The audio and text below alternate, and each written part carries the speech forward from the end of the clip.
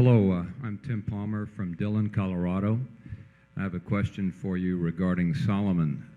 In the past week, there's been an article in the New York Times, the Wall Street Journal, and I believe it's Businessweek that were rather unflattering as far as what's going on with the management and your selection.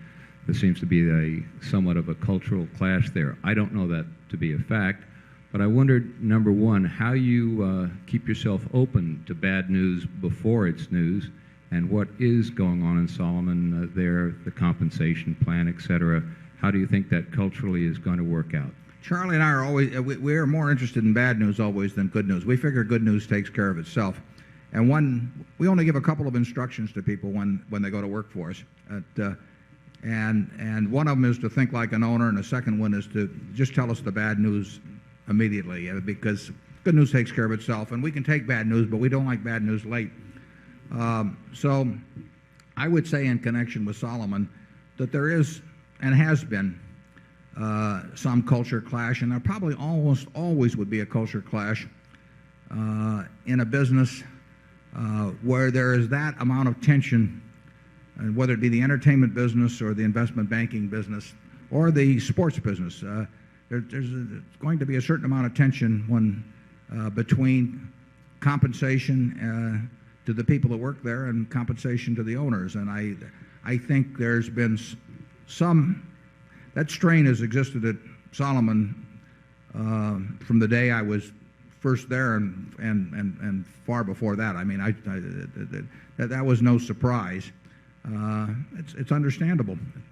You're seeing a tension actually in the airline business between the people that work there and capital, and it's produced terrible results in the airline business. And the people that work there have been able to and I'm going to talk about U.S. Air specifically, although that's a case, but it goes beyond that.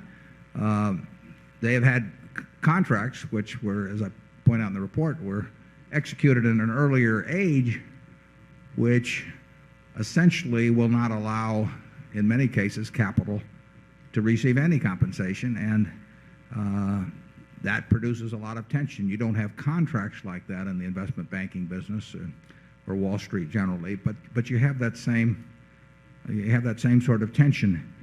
And changing a culture around, A, takes time, and B, probably takes some change in people. I mean, I don't think that's a great surprise if you expect to do it. I don't think you can find two better people than Bob Denham and Derek Maughan, and they're smart, they're high grade, they're willing to work very hard, and there will be people that buy into the arrangements they want to have, and there are people that won't.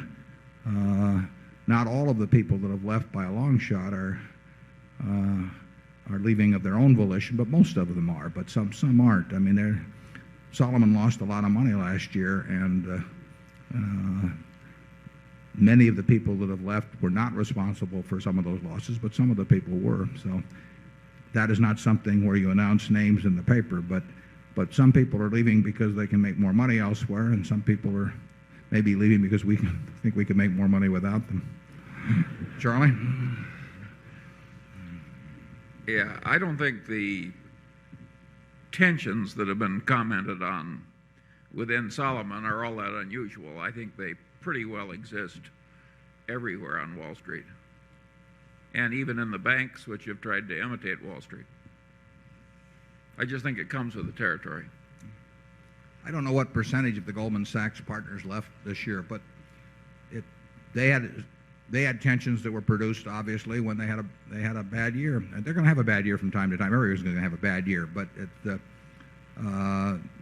partners, the general partners of Goldman Sachs, in the year ended November 30th, 1994, did not do well. They may not have done anything at all, and they made some very big money in prior years, and they'll probably make some very big money in subsequent years. But in the year when they didn't make any money, there was a lot of turnover. Maybe some of that turnover also was not all at the volition of the general partners that you read about leaving. I don't know the facts in that case, but